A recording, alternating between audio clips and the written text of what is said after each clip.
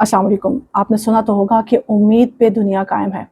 बस इसी उम्मीद पे हम पाकिस्तानी भी आस लगाए बैठे हैं, अल्लाह पर यकीन करके बैठे हैं कि एक दिन आएगा कि हमारे मुल्क के हालात भी बेहतर होंगे।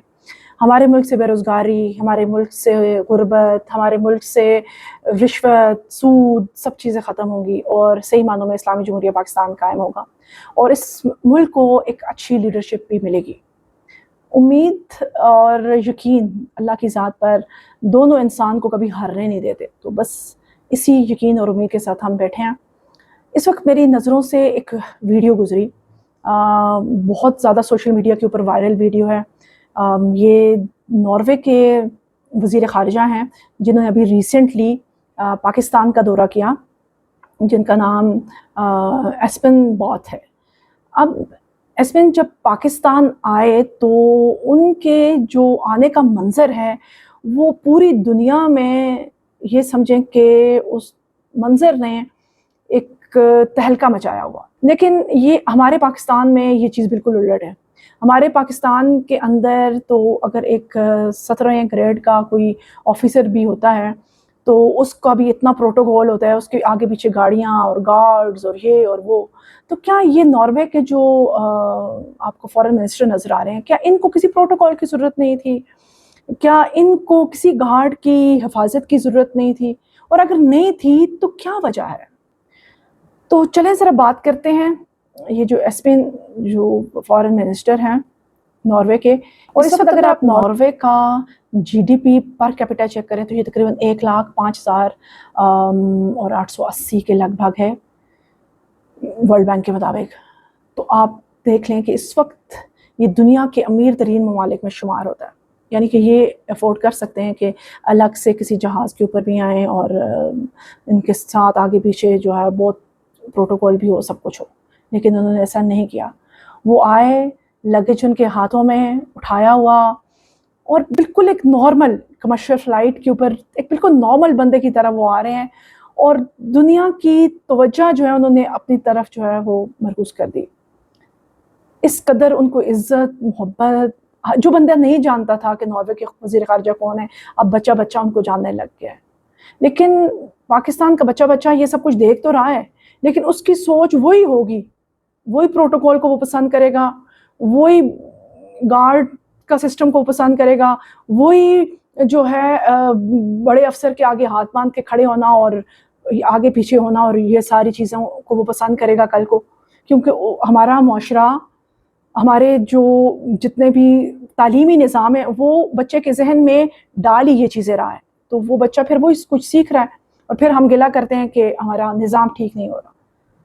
तुम्हारा निज़ाम कैसे ठीक होगा जब आप उसको छोटे से लेवल पे ही उसके दिल में ये तमाम चीज़ें डाल रहे होते हैं और उसको ये सब मनाज़र जो हैं, ये प्रोटोकॉल देना और ये आगे पीछे फिरना और ये सब कुछ दिखा रहे होते हैं, तो वो बच्चा फिर इस चीज़ से सीखता है। तो इस वक्त जो नॉर्वे के वज़ीर ख़ारिजा हैं वो बहुत खराज तहसीन जो है, उनको जितना भी पेश किया जाए वो कम है।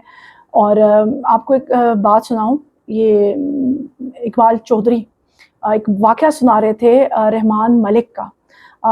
ये 2008-9 की बात वो सुना रहे थे और मैंने सोचा आपसे भी शेयर करूं। कहते हैं कि पाकिस्तान के ऊपर उस वक्त उसकी पाकिस्तान के जो हालात थे वो बहुत मुश्किलात में पाकिस्तान था और हालात बड़े ख़राब थे उस वक्त।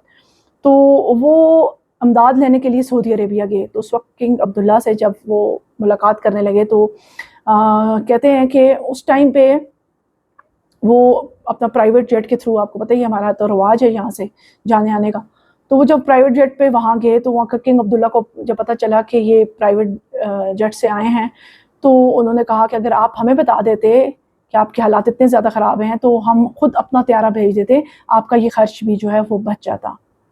यानी ये हालात थे, ये हालात इस मुल्क के हमेशा से हैं। अगर एक 30 साल पुरानी वीडियो में एक देख रही थी तो उस वक्त पाकिस्तान के यही हालात थे। तो इन हालात को कौन बदलेगा?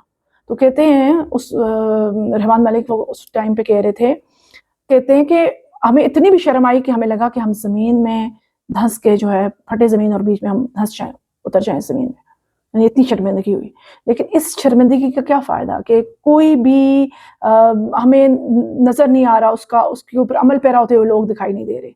وہی حکومتی پروٹوکول، وہی آپ نے چھوٹے چھوٹے جو آفیسرز ہیں ان کے لیے بھی وہی پروٹوکول ہے، ان کے لیے بھی وہی سب کچھ ہے، وہی گارڈ سسٹم ہے، وہی سب کچھ ہے. تو یہ نظام کیسے بدلے گا؟ اس نظام کو کون بدلے گا؟ ہم دوسروں کو ہی دیکھ دیکھ کے کبھی ناروے کے وزیر اعظم کو دیکھیں گے تو کوئی چائنا والوں کو دیکھیں گے تو کبھی کس کو دیکھیں گے. ان سب کو دیکھ دیکھ کے ہی ہم صرف ویڈیوز بناتے رہیں گے کہ کیا کبھی اپنے لوگوں کے لیے بھی جب وہ کچھ ایسا کریں گے تو ہم ان کے لیے بھی بات کر سکیں گے.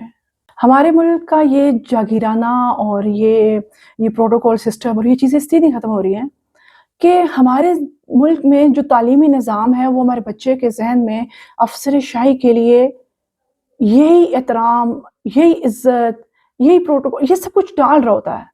اس کو شروع سے ہی جن اداروں میں وہ پڑھ رہا ہوتا ہے وہاں پہ ان افسر شاہی کو بلایا جاتا ہے، ان کے گارڈز بھی آگے پیچھے ہوتے ہیں، ان کو بڑا عزت اور بڑا احترام ملتا ہے. تمام جتنے بھی پروفیسرز بھی ہوتے ہیں سب ان کے سامنے ہاتھ باندھے پھول لیے کھڑے ہوتے ہیں. تو پھر کیسے وہ بچہ دیکھ رہا ہے کہ ایک استاد کی کیا عزت ہے، جو تعلیم سے تعلق رکھنے والے لوگ ہیں ان کی کیا عزت ہے، اور جو یہ پروٹوکول والا بندہ آیا ہے اس کی کیا عزت ہے، مقام ہے. تو بچہ شروع سے ہی وہ چیزیں سیکھ رہا ہوتا ہے. تو یہ نظام کبھی بھی ٹھیک نہیں ہوگا جب تک کہ ہم نے اپنے تعلیمی نظام کے اندر تبدیلیاں نہ لائیں. یہ ایسے ہی یہ معاشرہ رہے گا اور ایسے شور شرابہ مچے گا. مطلب دیکھیں میں ایک چیز پہ بڑی حیران ہوتی ہوں کہ ہم لوگ جو اس کا جو وجوہات ہیں، جو بنیاد خراب ہوئی ہے، ہم اس کے اوپر نہیں سوچ رہے، ہم اس کو ٹھیک کرنے کا نہیں سوچ رہے. ہم جو ہیں کہہ رہے ہیں کہ ایسا کیوں ہو رہا ہے، ہم یہ نہیں ہونا چاہیے، فلاں نہیں ہونا چاہیے. ہماری کوئی اسٹریٹجی ہی نہیں ہے، ہماری کوئی پلاننگ ہی نہیں ہے.